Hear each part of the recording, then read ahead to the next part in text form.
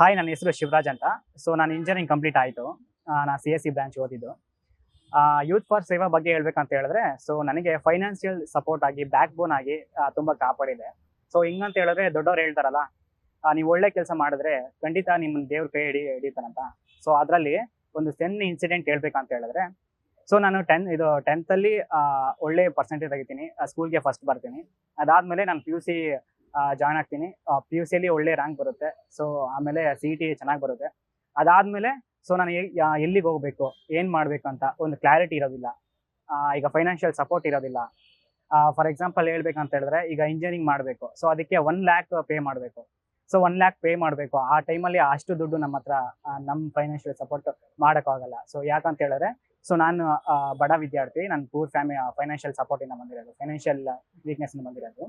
So ನನಗೆ ಇಬ್ರು ಅಕ್ಕಂದ್ರು. So ಅವರಿಗೆ ಅಲ್ಲಿ ನಮ್ಮ ಮದ್ವೆ ಎಲ್ಲ ಇರುತ್ತಲ್ಲ, ಸೊ ಆ ಟೈಮಲ್ಲಿ ದುಡ್ಡಿನ ಪ್ರಾಬ್ಲಮ್ ತುಂಬಾ ಇರುತ್ತೆ. ಸೊ ನಮ್ಮ ಅಪ್ಪನ ಕೈಲಿ ದುಡ್ಡೆಲ್ಲ ಅಷ್ಟು 1 lakh ಪೇ ಮಾಡೋಷ್ಟು ಅಮೌಂಟ್ ಎಲ್ಲ ಇರಲ್ಲ.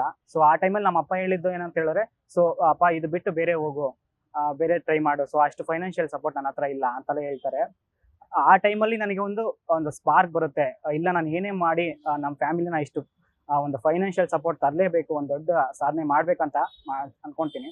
ಸೊ ಆ ಟೈಮಲ್ಲಿ ನಾನು ಸ್ಕಾಲರ್ಶಿಪ್ಗೆ ಅಪ್ಲೈ ಮಾಡ್ತೀನಿ. ಸೊ ಹೆಂಗಂತ ಹೇಳಿದ್ರೆ, ನೈಟ್ 1 o'clock 2 o'clock ಗಂಟ 3 o'clock ಗಂಟ ಸ್ಕಾಲರ್ಶಿಪ್ ಅಪ್ಲೈ ಮಾಡಿದ್ದೀನಿ. ಒಂದು ಸ್ಕಾಲರ್ಶಿಪ್ ಬಿಟ್ಟಿಲ್ಲ. ಆ ಟೈಮಲ್ಲಿ ಸುಮಾರಷ್ಟು ಅಪ್ಲೈ ಮಾಡಿದೆ. ಸೊ ರೆಸ್ಪಾನ್ಸ್ ಕಡಿಮೆ ಇದ್ವು, ಯಾವುದು ಬಂದಿಲ್ಲ ರೆಸ್ಪಾನ್ಸ್ ಫಸ್ಟಿಗೆ ಯಾವುದೂ. ಸೊ ತುಂಬಾ ದಿನ ಆದ್ಮೇಲೆ ನಾನು ಹೋಪ್ ಕಳ್ಕೊಂಡೆ. ಸೊ ತುಂಬಾ ದಿನ ಆದ್ಮೇಲೆ ಹೋಪ್ ಕಳ್ಕೊಂಡಿದ್ದಾದ್ಮೇಲೆ ನನಗೆ ಒಂದು ಕಾಲ್ ಬರುತ್ತೆ. ಸೊ ಅಂತ ಹೇಳ್ತಾರಲ್ಲ, ದೇವ್ರು ಇದ್ದೇ ಇದ್ದಾನೆ ಅಂದ್ಬಿಟ್ಟು ಒಂದು ಎಕ್ಸಾಂಪಲ್ ಅಂದ್ರೆ ಇದೆ.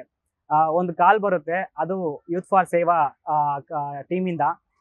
ಅವರು ಹೇಳ್ತಾರೆ, ನೋಡಪ್ಪ, ನಾನು ನಿಮ್ಮ ಎಜುಕೇಶನ್ಗೆ ನಾವು ಫಂಡ್ ರಿಲೀಸ್ ಮಾಡ್ತೀವಿ, ಸ್ಕಾಲರ್ಶಿಪ್ ಕೊಡ್ತೀವಿ, ನೀನು ಎಜುಕೇಶನ್ ಮುಂದುವರ್ಸು, ಕಂಟಿನ್ಯೂ ಮಾಡು, ಮುಂದುವರ್ಸು, ಸಾಧನೆ ಮಾಡು ಅಂತ ಹೇಳ್ತಾರೆ. ಸೊ ಆ ಕಾಲ್ ಮಾಡಿದ್ದು ಬೇರೆ ಯಾರು ಇಲ್ಲ, ಲವಾ ಸರ್ ಅಂದ್ಬಿಟ್ಟು. ಸೊ ನಾನು ಇವಾಗ್ಲೂ ಅವರಿಗೆ ತುಂಬಾ ಚಿರಋಣಿಯಾಗಿರ್ತೀನಿ. ಅವರಿಗೆ ಮತ್ತೆ ಯೂತ್ ಫಾರ್ ಸೇವೆಗೆ ತುಂಬಾ ಚಿರಋಣಿಯಾಗಿರ್ತೀನಿ. ಸೊ ಅವರು ಯೂತ್ ಫಾರ್ ಸೇವಾ ನನಗೆ ಸ್ಕಾಲರ್ಶಿಪ್ ಅಷ್ಟೇ ಅಲ್ಲ, ನನಗೆ ಒಂದು ಒಂದು ಕ್ಲಾರಿಫಿಕೇಶನ್ ಕೊಟ್ಟಿದ್ದಾರೆ. ಪ್ರತಿಯೊಂದು ಕ್ಯಾಂಪ್ಗೆ ಅಟೆಂಡ್ ಮಾಡಕ್ಕೆ ಹೇಳಿದ್ದಾರೆ. ಸೊ ನನ್ನನ್ನ ವರ್ಲ್ಡ್ಗೆ ಎಕ್ಸ್ಪ್ಲೋರ್ ಮಾಡಕ್ಕೆ ಹೆಲ್ಪ್ ಮಾಡಿದ್ದಾರೆ. ಸೊ ನನ್ನ ಸ್ಟ್ರೆಂತ್ ಬೆಳೆಸಿದ್ದಾರೆ.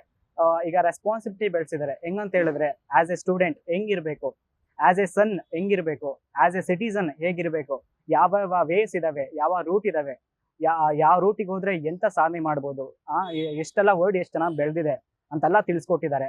ಸೊ ನಾನು ಒಂದು ಮಟ್ಟಕ್ಕೆ ಝೀರೋಯಿಂದ ಒಂದು ಮಟ್ಟಕ್ಕೆ ತಳ್ಬೇಕಂತ ಹೇಳಿದ್ರೆ ಯೂತ್ ಫಾರ್ ಸೇವನೆ ಕಾರಣ. ಸೊ ನನ್ನ ಪರವಾಗಿಂದ, ನನ್ನ ಕಡೆಯಿಂದ ನಾನು ಹೃತ್ಪೂರ್ವಕ ಧನ್ಯವಾದಗಳು ಹೇಳ್ತೀನಿ. ಸೊ ನಾನು thank to all the YFS team and volunteers, all the ಲೀಡರ್ಸ್ಗೆ ಥ್ಯಾಂಕ್ಸ್ ಅನ್ನೋಕ್ಕೆ ಇಷ್ಟಪಡ್ತೀನಿ. So thank you so much. ಇಷ್ಟು ಹೇಳ್ತಾ ನನ್ನ ಭಾಷಣ ಮುಗಿಸ್ತಾ ಇದ್ದೀನಿ. Thank you so much.